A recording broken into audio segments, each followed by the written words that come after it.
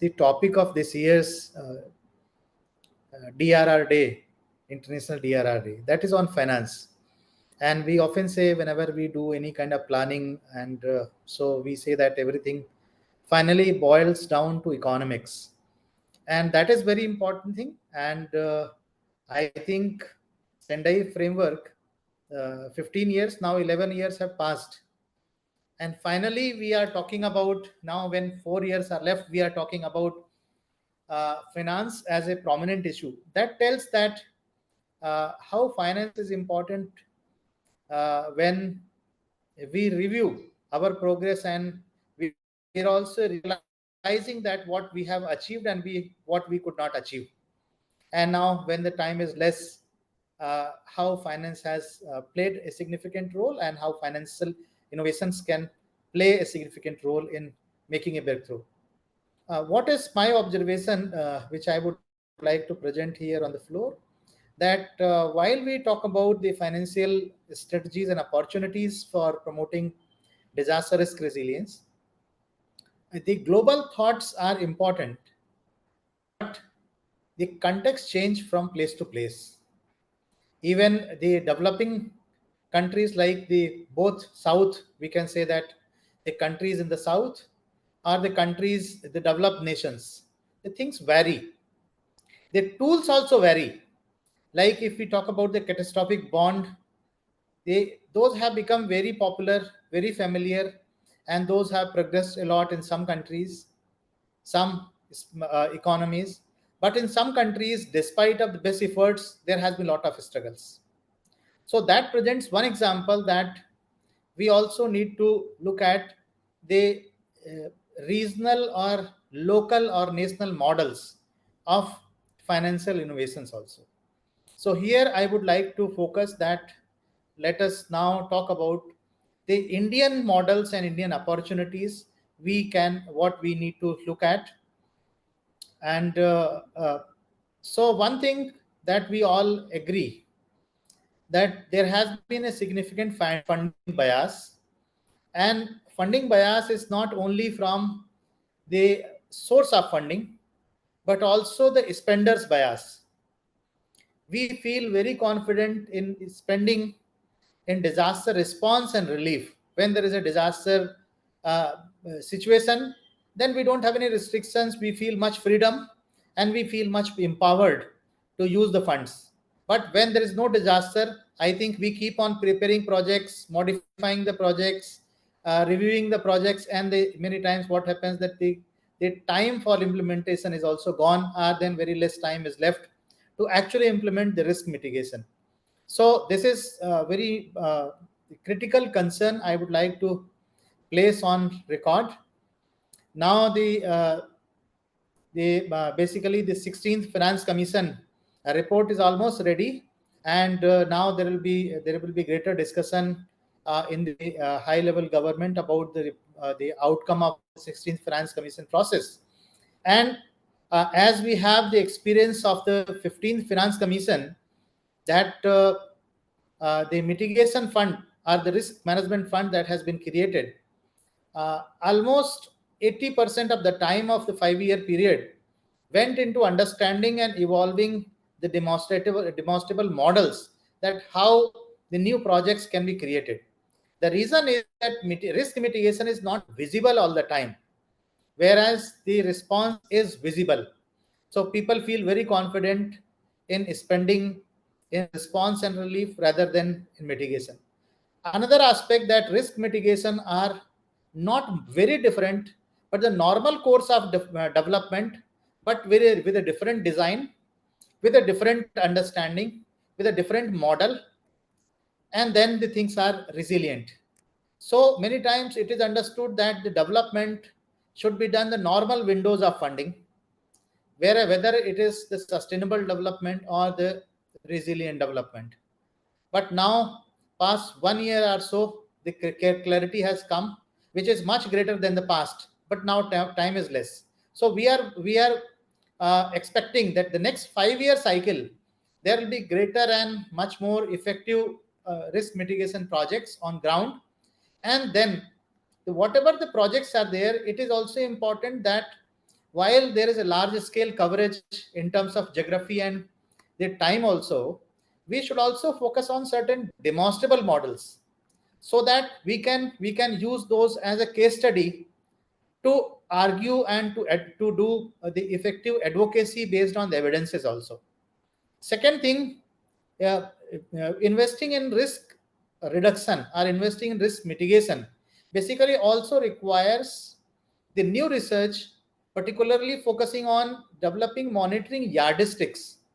Now, if some cities are resilient and some cities are not resilient, and some cities are facing flood and floods are disaster, then probably they can mobilize more funding which are affected by disasters, and the organizations or cities which want to invest into risk mitigation, probably they may have to struggle more. So basically, how can we really compare that which city is more resilient and which city has higher risk? So this is risk resilience scorecard. Basically, this approach, we need to work on that. We did some pilot study for 4 cities. Now, in fact, we need to bring all the major cities, all important cities under this umbrella. Then, as I told, the lack of incentives for risk mitigation, I think that is also a very important bottleneck we need to work on. The fourth point I would like to put on the floor, that the political paradigm, basically the political paradigm is more of heroism and like the victory. So victory means we need battle and then we are won. Heroism, it means there should be some crisis and then we have solved the crisis. Whereas the risk mitigation or disaster risk reduction says that we do not allow the crisis to take place. We averse the risk before it becomes into a scenario of disaster. So I think we need to work significantly on bringing the desired change in the political perceptions and political basically the confidence also. And the fifth point about the criticalities is the financial decisions. I would say that very rarely major financial decisions are subjected to disaster risk issues, except which are to pass through SFCs and say like the Ministry of Finance, Department of Expenditure. What is my thinking, that whether it is public finance or private finance or the corporate finance, the disaster risk auditing of any major investment should become an implicit thing. So, not only talking about the funding for disaster, I would say disaster risk reduction of finances. So, any financial activity. And now I move to other side, bringing focus on opportunities. So, what I would say that basically uh, all kind of investment, not only the major investment, even the lower order investment. A person building a 2-story house, that should also be considered a significant investment, because if 2000 such houses are built, are the houses under the Indira Awas Yojana, are the housing for all scheme, are a single room houses also, whatever, basically when we look at collective, I think it becomes a major investment. But what we really witness, that if we look at the major corporate major industry or major housing complex, we talk of the risk in that perspectives, but not in the lower orders. So I think that is something very important, and that is an opportunity, that whatever we do, we can bring the investment, safer investment, as a kind of a mindset. Second, I already referred to demonstrable models. I think we should identify demonstrable models, and we can have some kind of a coding, like we do a color coding, and we identify that yes, this is something which is a good example. So good example should not be only in books, but good examples as a live, like we walk through a street and we find one building, and we can say that this is a good example of investing is in risk mitigation. So can we do that? So in all the sectors, all the ways, we have a forest, and we say that strand X, Y, or 2.5 is a forest strand, where they basically it is not it is not prone to forest fire, because this kind of interventions are done. Then lateral finance. when we particularly look at the Indian scenarios of disaster risk finance, India is a country of lateral economy, and I think it brings some challenges also, but it brings some opportunities also. And present time, the economic discourses, they like the tariff and so many things. I think this lateral finance has contributed a lot in sustaining the economic activities also in India. So basically, we need to interrogate this approach more. That how do we work more on promoting lateral finance, so organized finance and unorganized finance also, and then more investment from the corporate side in promoting disaster finance, and also cooperative. Now cooperative is basically a huge kind of a focus in India.